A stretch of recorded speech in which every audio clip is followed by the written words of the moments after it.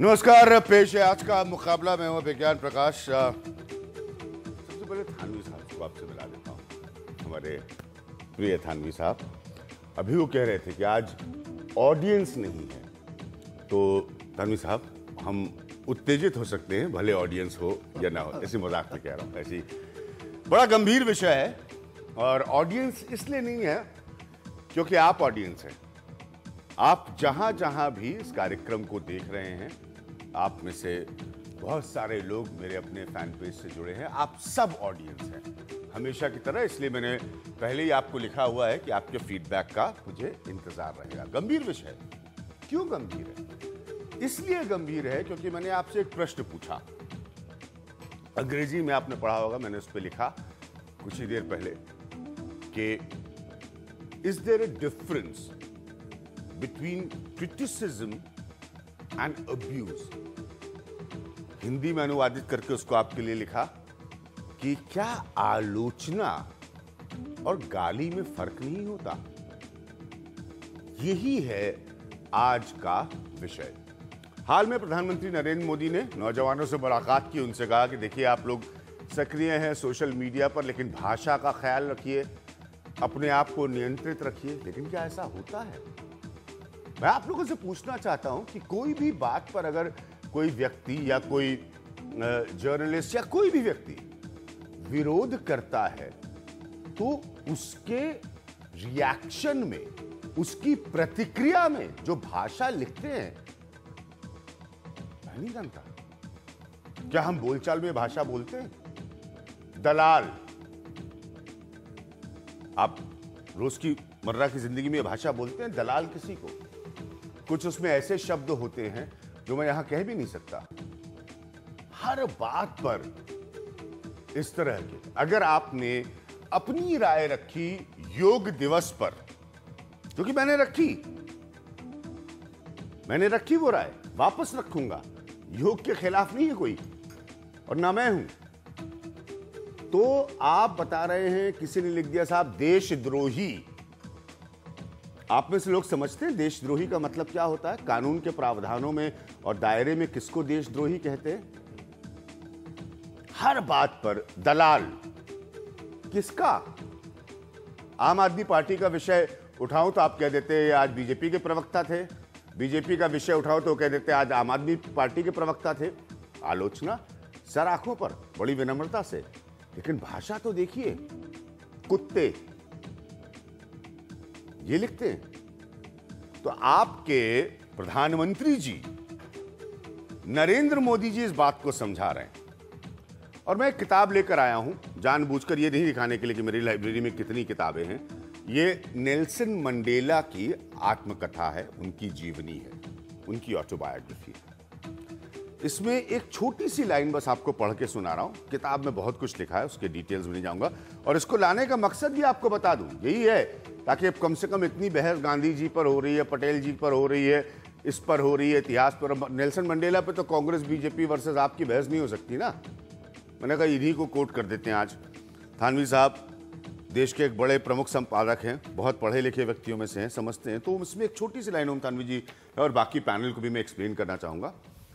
अंग्रेजी में लिखी है इस किताब में, ये बड़ी मशहूर अंतर्राष्ट्रीय किताब है, लॉन्ग वॉक टू फ्रीडम, यानी कि आज़ादी का उनका लंबा सफर, नेल्सन मंडेला का। I was not born with a hunger to be free. I was born free in every way that I could know. तो नेल्सन मंडेला अपनी किताब में एक लाइन लिखते हैं, बस वही एक लाइन पढ़ के सुना रहा हूं। ये उनके नौजवान होने के दिनों का वो जिक्र कर रहे हैं। उन्होंने कहा था कि मैं इसलिए नहीं आजाद होना चाहता था कि मुझे आजाद होने की भूख थी, मैं स्वतः आजाद था, हर रूप से आजाद था और हर रूप से मुझे वो आजादी चाहिए थी। तो मुझे भी हर रूप से वो आजादी चाहिए, अपनी बात कहने की, अपनी बात लिखने की, अपनी बात बताने की, अपनी बात पर बहस करने की और आपकी राय को सर आंखों पर रखने का। लेकिन इसका मतलब नहीं है कि कुत्ते से, दलाल से या इतनी इंटॉलरेंस। मैंने, मेहर हमारे आउटपुट एडिटर है, थोड़ा सा ज्यादा आज बोल रहा हूं, माफी चाहूंगा आपसे। उनसे कहा भी मैंने फोन करके कि अटल बिहारी वाजपेयी के जब जब उन्होंने बोला, मैं संसद में उनको कई बार मैंने सुना, संसद के बाहर सुना, भाषा को लेकर विरोध, सियासी विरोध के लोगों पर भाषा को लेकर वो कहते थे संयम रखिए, ऐसे मत बोलिए कि संजय सिंह आम आदमी पार्टी के हैं तो इनके लिए आप कोई अपशब्द इस्तेमाल करें, या प्रभा झा जी भारतीय जनता पार्टी से हैं तो उनके लिए कोई अपशब्द इस्तेमाल करें। लेकिन आज जैसे मैंने कहा कि रोज देखता हूं इस तरह के शब्द लिखे होते हैं। आपके परिवार के बारे में कोई कुछ कह देता है, बहुत सारे आप लोग हैं, आपका सम्मान, मैं तो जानता ही नहीं आपके बारे में, या कितने लोग और आपके बारे में जानते नहीं। इसीलिए ये बहस बहुत महत्वपूर्ण है। मैं बाकी अपने पैनल से आपको मिलाता हूं। संजय सिंह आप जानते हैं, एक सीनियर नेता है आम आदमी पार्टी के, थानवी साहब से मैं आपको मिला चुका हूं। राहुल कौशिक हैं जो कि को फाउंडर हैं सोशल संपर्क के, आपकी शायद नरेंद्र मोदी से मुलाकात हुई तो उस सेशन में थे। मेरे साथ प्रभा झा जी है, मैं हमेशा इनको बहुत जानकार व्यक्तियों में से गिनता हूं, भारतीय जनता पार्टी से पहले जर्नलिस्ट रहे हैं। जितिन हैं, आप सब जानते हैं, CEO हैं, इंडिया इन्फो और साइबर सिक्योरिटी एक्सपर्ट है। साथ में संजय झा है, संजय और हमारी जान पहचान, संजय एक प्रमुख क्रिकेट राइटर थे, अब संजय कांग्रेस पार्टी में। आप मेरा पॉइंट बिल्कुल साफ साफ समझ लीजिए, क्रिटिसिज्म वर्सेस अब्यूज, आलोचना बनाम गाली।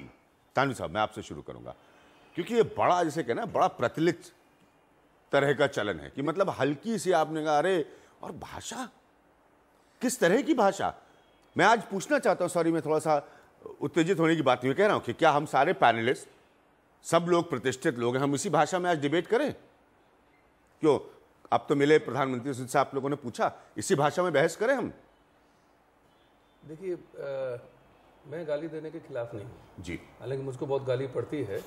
और प्रधानमंत्री जी ने ये कहा कि उन्होंने किसी को ब्लॉक नहीं किया। हाँ। मैंने बहुत से लोगों को ब्लॉक किया, इसके लिए बदनाम भी हुआ, क्योंकि गाली की भी एक सीमा होती है। आप हाँ, लेकिन गाली से भाषाई स्तर पर गाली, क्योंकि फिर भाषाई स्तर गाली का बड़ा स्तर तक गिर सकता है। अगर आपने देखा हो कि अगर राही मासूम रजा का आपने उपन्यास पढ़ा हो, आधा गांव, और भी साहित्य की कृतियों में भी आपको गाली मिल सकती है।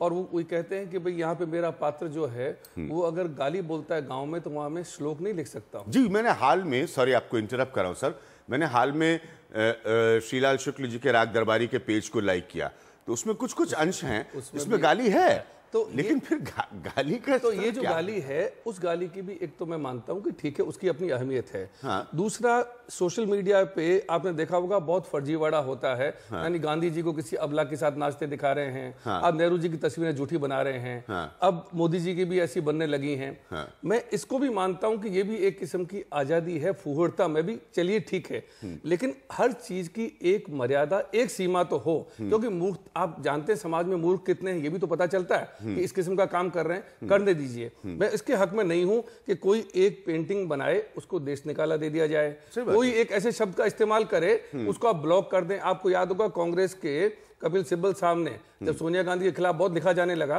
तो उन्होंने कम्युनल उसकी आड़ लेकर के कहा था कि हम इनको ब्लॉक करेंगे, और उन्होंने बुला लिया था बड़ी बड़ी कंपनियों के लोगों को। उन्होंने कहा ब्लॉक तो नहीं करेंगे, आपके कहने से कैसे ब्लॉक करेंगे। फिर जब आलोचना हुई, हाँ, तब उन्होंने कहा नहीं, ब्लॉक नहीं करना, लेकिन मर्यादा रहनी चाहिए। मैं ये कह रहा हूं कि मर्यादा तभी ख्याल आता है जब आपके खिलाफ लिखा जा रहा है। हाँ। मोदी जी ने बड़ी अच्छी बात कही कि अब मोदी जी पे इतना हमला होने लग गया, तब उनको लगा कि ये तो बहुत ही फुहड़ हो रहा है। हाँ। और मैं ब्लॉक तो नहीं करता हूं, लेकिन आप कम से कम ऐसा मत कीजिए, आप ऐसा न करें और लोग न करें। मेरा कहना है इसके आप जड़ में जाइए।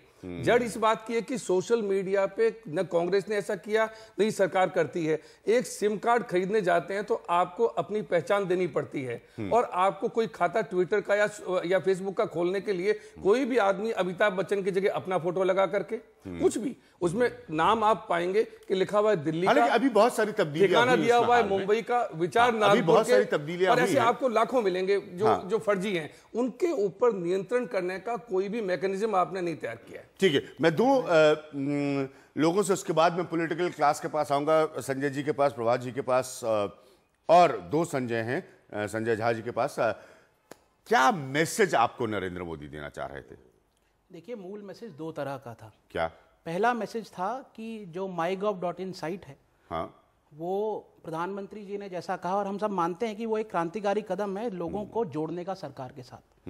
ड्राफ्ट पॉलिसीज पर सरकार सुझाव मांगती है लोगों से, तो प्रधानमंत्री जी का ये आग्रह था कि ज्यादा से ज्यादा पार्टिसिपेशन लोगों का हो माईगॉव पर, इसके लिए आप लोगों को प्रोत्साहित कीजिए। दूसरा विषय जो आप उठा रहे हैं वो ये कम था कि आप अब्यूज मत कीजिए, ये ज्यादा था कि आप सकारात्मक बात कीजिए। मुझे ऐसा लगता है कि मीडिया को कोई प्रतिनिधि वहां मौजूद तो था नहीं, सारा सोर्स बेस्ड इंफॉर्मेशन चल रहा है। तो मुझे पता है प्रधानमंत्री ने कहा शायद अभिज्ञान जी आपको कम पता है, प्रधानमंत्री जी ने कहा कि जो सकारात्मक बात है, जो सरकार की उपलब्धियां हैं, जो सरकार अच्छे काम कर रही है, उन पर बात कीजिए, उनको आगे बढ़ाइए, और अगर कोई सामने वाला कुछ गलत बोल भी रहा है तो कोशिश कीजिए कि आप उस भाषा में जवाब ना दें। उन्होंने उदाहरण दिया कि मेरे खिलाफ पिछले 13 साल में जितना लिखा है, जो जर्नलिस्ट है मैं उनके आधारित इंफॉर्मेशन पर यह कार्यक्रम कर रहा हूं। आप बिल्कुल इसको कह सकते हैं कि मेरा इंटरप्रिटेशन या मेरी पकड़ इस पर गलत हो सकती है, लेकिन ये कोई जरूरी नहीं है। एक पत्रकार के तौर पर ये कोई जरूरी नहीं है। प्रधानमंत्री का काम हो, आपसे कह सकते हैं कि सकारात्मक बात करिए, लेकिन एक पत्रकार का काम भी होता है सरकार का क्रिटिकल रिव्यू करना, सरकार की क्रिटिकलिटी, उसकी कमजोरियों का आकलन करना। तो ये कोई वो आपको प्रधानमंत्री कह सकते हैं कि आप उसका सकारात्मक जवाब दीजिए, बिल्कुल आप दीजिए, कोई दिक्कत नहीं, लेकिन इसका मतलब ये नहीं कि सभी वही जवाब दे जैसा कि प्रधानमंत्री चाह रहे हैं या कोई भी चाह रहा है नेता। नहीं, आपने कहा कि प्रधानमंत्री ने ऐसा कहा, प्रधानमंत्री ने ऐसा नहीं कहा, मैं ये कह रहा हूं सर। ठीक है, प्रधानमंत्री ने आपके हिसाब से ऐसा कतई नहीं कहा कि आप भाषा पर नियंत्रण करें। उन्होंने ये कहा कि सकारात्मकता से जवाब दीजिए। अगर सकारात्मकता से जवाब दीजिए, तो सकारात्मकता से जवाब का मतलब क्या हो? नकारात्मक मत आप उसको नेगेटिव कॉनोटेशन में जाने की अब्यूज ना कीजिए। उन्होंने ये नहीं कहा अब्यूज ना कीजिए, उन्होंने कहा पॉजिटिव मैसेज दीजिए। ठीक है, पॉजिटिव मैसेज दीजिए। हाँ जी, फिर मैं पॉलिटिकल क्लास लूंगा, दिलचस्प है, इन्होंने एक नया मोड़ दिया इस बहस को। हाँ, अभिज्ञान, अब थोड़ा सा पीछे जाएं तो एक ये था कि जो सोशल मीडिया पे इतनी बहस चली पॉलिटिकल, उसमें वो अभी तक बहुत पॉजिटिव साइन था कि जो यंग मिडिल क्लास एक पॉलिटिकल पार्टिसिपेशन से कोसों दूर था, वो अगले पिछले 3 साल के जो भी चुनाव हुए अपने वो बहुत अलग-अलग पार्टियों ने ये सोचा कि इसको मैनिपुलेट कर लो, बड़ा ओपिनियन इससे बढ़ रही है, जो फर्जीवाड़ा ओम थानवी साहब ने शब्द इस्तेमाल किया, उसमें सब पार्टियों ने किया। उसमें विपिन विचार थे, विपिन विचारधाराएं थी, तब तक वो ठीक था। अब क्या हुआ, अभिव्यक्ति की आजादी के नाम पर धीरे धीरे एक बहुत ही ज्यादा हार्डकोर क्रिटिसिज्म चालू हुआ, और उसके बाद वो जो अभिव्यक्ति की आजादी थी वो धीरे धीरे आलोचना में बदली। मुझे मुंबई से लेकर पुणे तक, पुणे से लेकर दिल्ली तक बहुत ऐसे लड़के मिले जो कहते भाई हम अपने नेता कहने में 70 अकाउंट चलाते हैं। चुनाव आते आते आलोचना अभद्र भाषा में बदली,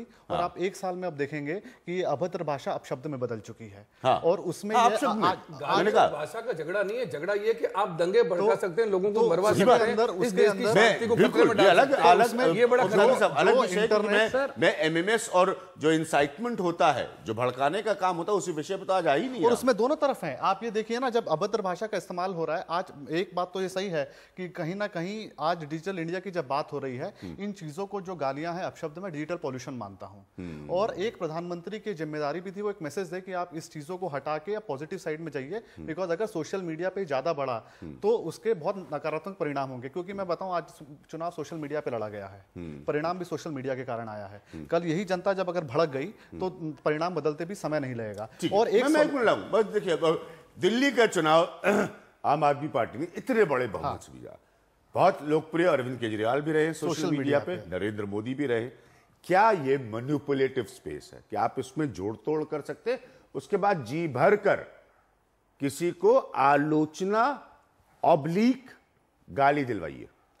देखिए, अभिज्ञान, आपने एक बहुत अच्छी बहस शुरू की कि आलोचना और गाली के बीच का हमको अंतर निकालना पड़ेगा। उसके बड़ी बात थानवी साहब ने की, उसके गाली की बड़ी हमारे इतिहास की बड़ी शानदार परंपरा है गाली। वो तो आप 80, लेकिन भाषा 80 पे बनारस के 80 पे किताब पढ़ेंगे, उसमें भी बहुत सारी गालियां मिल जाएंगी, वो एक अलग विषय है। लेकिन जब हमारे बीच में पूरे समाज के अंदर जब सोशल मीडिया का इतना प्रभाव नहीं था, तब भी राजनेता एक दूसरे की आलोचना करते थे, एक दूसरे की पॉलिसीज की आलोचना करते थे।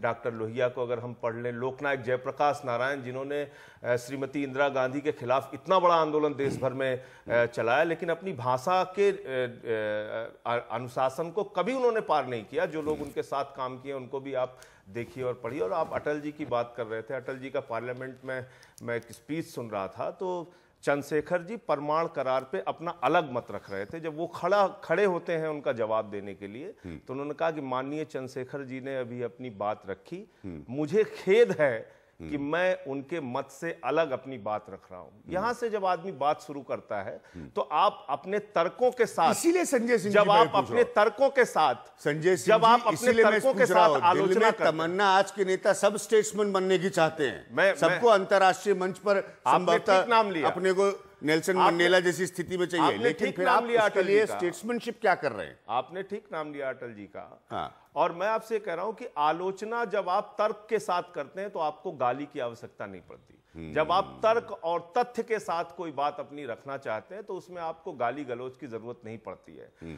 आम आदमी पार्टी बनी हो या उसके पहले अन्ना जी का आंदोलन रहा है, ये पूरा का पूरा आंदोलन अगर खड़ा हुआ है तो इसमें फेसबुक का बहुत महत्वपूर्ण योगदान रहा।